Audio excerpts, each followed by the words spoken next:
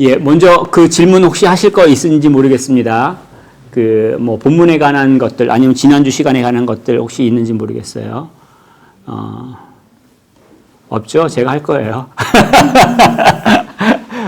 몇 분이 이거 질문을 했어요. 몇 분이 어떤 걸 질문했냐면 마태복음에서 나오는 예수님의 족보와 누가복음에서 나오는 예수님의 족보가 다르다. 근데 어떻게 이런 일이 발생할 수 있느냐? 우리 집 족보는 우리 집 거 보면 우리 집 거랑 단집 가서 우리 김씨 가문 족보를 보면 같아요. 안 그러면 저건 족보 샀다 이렇게 이럴 수 있잖아요. 근데 그 마태복음의 족보하고 누가복음의 족보가 차이가 있죠. 없으신 분들은 확인하셔도 괜찮을 것 같아요. 마태복음 1장 그리고 누가복음 3장에 나오거든요. 자, 이것들 어떻게 바라볼 수 있을까요? 예를 들면은 차이가 있어요. 다윗의 아들을 마태복음에서는 솔로몬이라고 기록하고 있고 누가복음에서는 나단이라고 기록하고 있어요. 자, 그럼 어떻게 된 일일까요? 처음 들어보는 얘기야. 아, 처음 들어보는 거예요? 일단은 뭐 마태복음하고 누가복음 비교해 보시면 족보가 틀려요. 하여튼 이 다른 족보 때문에 많은 일들이 발생했어요. 정말 무식하게 하면 그럼 족보는 만든 거냐 가짜다 뭐 그런 사람들도 있고 이 차이를 어떻게 이해할지를 몰랐어요. 근데 일단은 거짓말은 아니다라는 걸 얘기할 수 있는 것들이 뭐냐면 다윗의 아들이 솔로몬인 거 맞죠? 근데 다윗의 아들이 나단인 거 틀려요? 맞아요. 왜냐하면 다윗의 아들이 한 명만 안 낳았어요. 다윗이 아내를 한 명만 취한 사람이 아닌 이 왕이 여러 번 왕비를 취했기 때문에 거기서 난 아들들이 자녀들이 쫙 있기 때문에 그중에 솔로몬을 취했다는 건 뭐냐면 왕을 지금 염두에 두고 그 아들이라고 얘기한 거고 나단을 취했다는 건 다른 걸 염두에 두고 취했다는 얘기죠. 그래서 이걸 여러 가지로 해석을 좀 합니다. 어떻게 해석하냐면 요셉의 가문이고 마태복음, 아니 누가복음 마리아의 가문이다. 아니면 왕의 가문이고 아니면 제사장의 가문이다. 왜냐하면 마리아하고 그 엘리사벳하고 연관돼서 제사장하고 연관되기 때문에 그렇게 표현하기도 합니다. 여러 가지 이야기들이 있는데 그런 것들에 대해서 동의하기 위해서는 근거가 필요하거든요. 누가 얘기를 했기 때문에 맞다가 아니라 왜 그런지. 근데 우리가 본문을 보면 마태복음에서 나온 족보는 어떤 게 특징이냐면 위에서 아래로 내려와요. 아브라함부터 다윗 해가지고 예수님까지. 근데 누가복음은 예수님부터 해서 예수님의 아버지는 요셉이고 그 누구고 아버지는 누구고 위로 올라가요. 차이가 왜 생기냐라고 했을 때 마태복음은 분명하게 왕의 족보예요. 하나님께서 아브라함과 다윗에게 약속하신 영원한 나라, 그 나라를 세울 왕이 누구냐고 했을 때 그래서 왕의 계율을 쫓아서 왕의 족보라고 볼 수 있고요. 이 누가복음에서는 어디까지 올라가냐면 아담까지 올라가고 하나님까지 올라가요. 그러면 무엇을 말하냐면 예수님이 인류의 대표로서 하나님 앞에 서는 사람이다라는 얘기죠. 그래서 아담과 비교되는 새로운 인류를 대표하는 사람의 대표, 새로운 사람의 대표라는 측면에서 얘기를 하고 있습니다. 중요한 것들을 여기서 본문이 말하고 있는 말을 듣는 게 먼저 중요해요. 본문이 마태복음을 읽으면서 아니면 누가복음을 읽으면서 무엇을 말하는 건지. 혹시 이야기하실 거 있나요? 여기에 대해 덧붙여서 얘기하실 거? 이건 제가 재밌어가지고 가져왔어요. 왜냐면 우리 카페가 아니라 우리 아내 카페에 외국인들이 오니까는 어떤 할아버지가 오셔서 질문한 거가 있어서 제가 읽을게요. Why is it that some people think that a Bible seems to be contradictory? 그러니까 왜 그 성경에는 모순되는 부분들이 있지? 사람들은 어떤 경우를 발견해서 얘기도 하잖아요. 이걸 그 할아버지가 얘기해서 이분이 이제 사실 옛날에 아프리카에서 측량 기사로서 일했던 분인 것 같아요. 굉장히 똑똑하신 분인데 뭐라고 대답하시겠어요? 방금 같은 경우 지금 마태복음 족보 틀리고 누가복음 족보 틀리잖아요. 또 하나 예수님께서 산에 올라가서 제자들한테 말씀을 가르쳤다는 표현 혹시 기억하세요? 예를 들어 마태복음 5장 1절에 예수님께서 산에 올라가서 제자들한테 가르쳤어요. 근데 누가복음을 보면 6장 17절에 보면 평지에 서가지고 제자들한테 가르쳤어요. 산이 평지랑 다르죠? 이 다른 걸 어떻게 해결할 거예요? 그 말씀의 그 중요도 때문에 이렇게 표현하지 않았을까요? 그 저희가 전자는 산상수훈이라고 저희가 알 수 있는데 그야말로 산상수훈 예. 꼭 지켜야 되고 하는 거니까 어떤 형태의 그 엄격함 그래서 그렇게 표현하는 거고 후자의 그 평지에서 말씀하신 거는 모든 이들이 다 전부 다 들어야 될 좀 평면적인, 수평적인 뭐 그런 느낌으로 저는 예, 그렇게도 생각할 수 있고요. 어떤 사람들은 이제 그 지금 집사님이 하신 건 어떻게든 이걸 연결시키려고 하잖아요. 근데 어떤 사람들은 이걸 보고 가짜다라고 믿을 수 없다라고 취하는 방법도 있어요. 일반적으로 이렇게 다른 설명에 대해서 취하는 근본적인 두 가지 자세는 하나는 믿을 수 없다라는 자세고 한쪽은 난 믿는데 이걸 어떻게 해결할 것인가 고민하기 시작하는 사람도 있어요. 근데 믿음을 가진 사람은 이 후자 쪽 입장을 취하죠. 하나님의 영감된 말씀이기 때문에 맞아요. 근데 이것들이 틀린데 이걸 어떻게 해결할 것인가. 그래서 아까 마태복음과 누가복음의 족보 차이를 갖다가 설명해내는 방법도 있고 이 평지와 산지를 또 어떻게 설명하는 방법이 있냐면 이걸 플라토라고 설명하기도 해요. 그러니까 무슨 얘기냐면 고원을 말해요. 그러니까 산에 올라갔을 때 거기서 예수님이 산상수를 하시면 이건 산 위에서 말씀하신 거잖아요. 근데 그 산이 뾰족한 산이 아니라 위에가 딱 평지가 된 그 플라토예요. 그럼 거기 위에서는 어떻게 보여요? 평지예요. 평평해요. 거기서 말씀하셨어요. 그러면은 맞아요? 틀려요? 예, 산에서 말씀하신 것도 맞고 평지에서 말씀하신 것도 맞고 그렇죠. 실제로 가버나움 팔복에 있는 산 보면 그 위에 교회가 세워져 있어요. 이게 뾰족하면 교회가 서 있을 수가 없잖아요. 평평한 데에서 교회가 세워져 있죠. 그래서 이것들은 이제 기본적으로 성경을 대할 때 어떠한 것이다 성경이 하나님의 말씀이다라고 하는 입장과 아니다라고 하는 입장에 따라서 틀려져요. 그리고 더 테크니컬한 것들은 나중에 기회가 되면 말씀드리겠습니다만 어쨌든 입장에 따라서 설명을 해낼 수가 있는 부분들이 분명히 있습니다. 혹시 다른 질문도 혹시 있으세요? 동정녀 탄생이 필요한 이유가 뭘까요? 버진 버스가 필요한 이유. 아시는 분들도 있죠. 예를 들어서 이 마리아가 거룩하기 때문에 그렇게 생각하는 사람들이 있죠. 아니에요? 있어요. 남자는 타락해서 인간도 아니고 마리아는 거룩하신 분이기 때문에 그를 통해서 예수님이 오셨다 해서 버진 버스가 중요하다는 생각도 있죠. 또 이 생각들이 한국 사람들한테 잘 받아들인 것 중에 뭐냐면 성관계가 나쁜 거다라는 전제가 깔려져 있는 분들한테 이 굉장히 매력적으로 들려요. 그래서 성관계를 가지면 타락한 거네? 라고 생각할 수도 있는 거죠. 자, 일단 첫 번째 답부터 얘기하면 남자가 타락한 것만큼 여자도 타락했다. 그게 성경의 가르침이죠.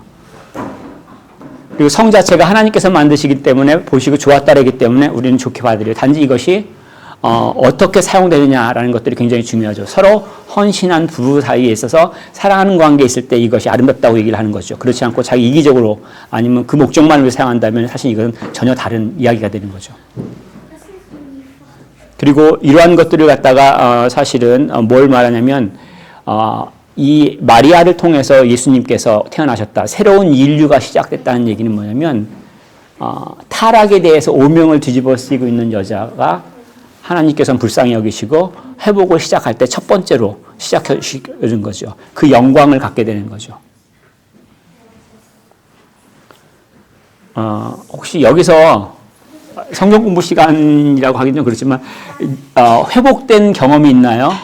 복음을 믿는 사람들한테는 반드시 회복된 경험이 있어요. 하나님께서 이 땅에 예수님을 보내셔서 마리아를 먼저 회복시키신 것처럼 내가 만약에 복음을 믿는다면 반드시 어떠한 부분에서든지 회복이 있어요. 이것이 육체적인 회복일 수도 있고요.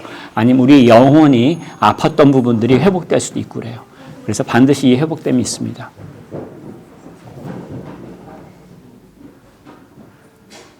뭔지 잘 생각이 안 나시는 분들은 반드시 생각하셔야 돼요.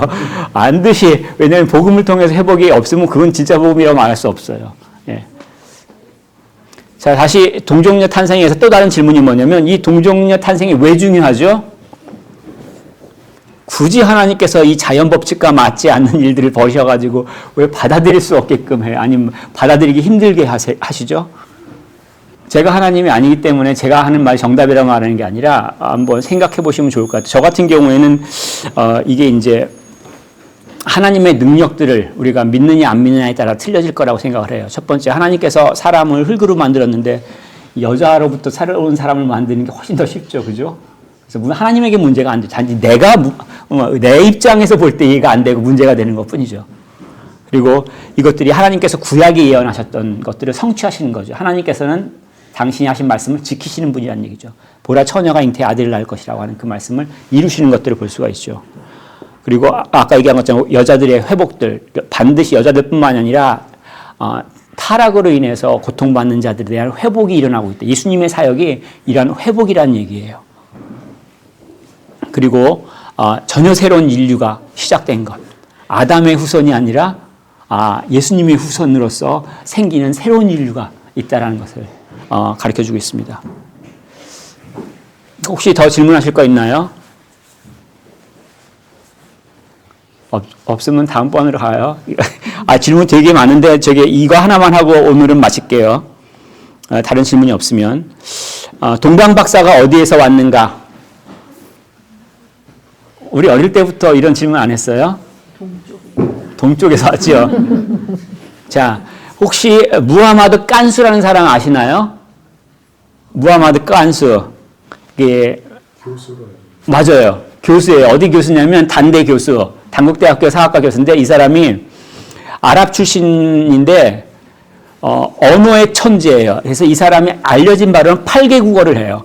미니멈. 그리고 어떤 사람은 이 무하마드 깐수가 11개 국어를 한다는 얘기를 하는데 어쨌든 일반적으로 받아들인 건 8개 국어를 해요. 그래서 사학과 박사를 거기서 받았어요. 그러니까 저쪽 그 어딘가 아랍 어느 대학교에서 나오기도 하고 그래서 아랍어 하면 사람들이 다 조용히 해요. 굉장히 능통하죠. 근데 이 사람이 뭘 주장했냐면 동방박사는 신라 사람이다 주장했어요. 그리고 동방박사가 신라 사람이다 주장과 더불어 유명한 게인데 처용은 아랍 사람이다. 혹시 들어보셨어요? 이걸 무하마드 깐수가 주장한 거예요. 근데 더 재밌는 건 뭐라고 얘기하냐면 이 무하마드 깐수가 북한 간첩이에요. 혹시 뉴스 보셨어요? 1996년도에 국정원인가 하여튼 잡았어요. 그래가지고 정수일인가 이름이? 그럴 거예요. 잠깐만요. 정수일 맞아요. 북한 원래 간도 출신인 걸로 알고 있는데 북한 사람이라서 북한에서도 너무 박사에 뛰어나니까 중국에서도 학위받고 그러니까 저쪽 아랍까지 공부시켜가지고 거기서 학위받고 한국에 와가지고 박사 받고 한국에서 이렇게 가족 활동했는데 나중에 풀려난 이유가 뭐냐면 이 무하마드 깐수가 간첩질을 한 행위는 그냥 인터넷 보면 알 수 있는 그런 일들을 했기 때문에 풀어졌어요. 근데 중요한 것은 다시 들어와서 동방박사를 신라 사람이라고 주장한 것 그리고 처용이 아랍 사람이라고 주장한 건 이 사람의 전공이 그 동서교류사예요. 실크로드. 왜냐하면 이 사람만큼 언어를 자유롭게 구사하는 사람이 없거든요. 그래서 아랍어부터 한국말, 중국말, 중간에 있는 몇 개 말들을 다 해야 되니까 이 실크로드에 있는 교류사를 이 사람만큼 전문가가 없는 거예요. 그리고 여러 가지 근거들을 대면서 처용이 아랍 사람인데 저는 거기까지는 동의해요. 처용이 아랍 사람일 수 있다는 것들은. 근데 그러니까 신라 사람이다, 동방박사가 신라 사람이라는 건 좀 어려워요. 왜냐하면 이제 일단 당시가 신라와 아랍이 연결됐다는 건 근거가 뭐냐면 신라 왕릉에서 유리 제품이 나오죠. 유리 제품은 사실은 로마 제국의 생산품이에요. 그럼 어떻게 이 로마 제국의 생산품이 신라에서 발견돼요? 연결이 됐다는 얘기죠. 그것을 사실은 우리들이 알고 있는 바로는 이제 실크로드 육로로만 생각하고 있지만 실제로는 해로로도 연결돼 있어요. 그리고 단지 문제가 뭐냐면 이게 직통 교역이었느냐 아니면 인도네시아나 그런 데서 중간 기지를 통해서 거기서 생산한 유리가 한국에 들어왔느냐 또 다른 문제가 됩니다. 그래서 사실은 연결은 됐다라고 말할 수 있지만 이 신라 사람이 그 이스라엘 예루살렘까지 와서 경배했다는 건 동의하기가 어려워요. 왜냐하면 유대인의 왕을 찾아야 되는 근거가 없어요. 그래서 일반적으로 기독교 내에서는 바벨론, 페르시아 지역에 흩어져 있던 유대인들, 바벨론 유서 때 그리고 바벨론 유서가 끝나고 예루살렘으로 들어온 사람들이 있는 반면에 여전히 남아있던 사람, 예를 들어서 에스더 왕비 같은 경우에 여전히 페르시아의 왕비로 남아있었고 에스더 왕비의 그 삼촌이었던 모르드게도 남아있었죠. 그런 사람들에 있어서 페르시아 제국 내에서 여전히 유대인들의 교류와 그들이 갖고 있었던 것들에 의해서 이 사람들 가운데서 공부하고 또 기다렸던 사람들이 왔다라고 얘기를 하고 그것들이 일반적으로 받아들여지죠. 예. 지금 몇 가지 막 어려운 얘기들을 했잖아요. 근데 혹시 공통점을 발견하실 수 있어요? 어려운 질문인데? 어려운 질문이다. 이렇게 할 수도, 예, 공통점일 수도 있어요. 그게. 근데 저는 이걸 어떻게 해결하고 싶으냐면, 첫 번째 우리가 성경을 볼 때 이해가 안 될 때 어떠한 자세를 취하느냐 굉장히 중요하다고 봐요.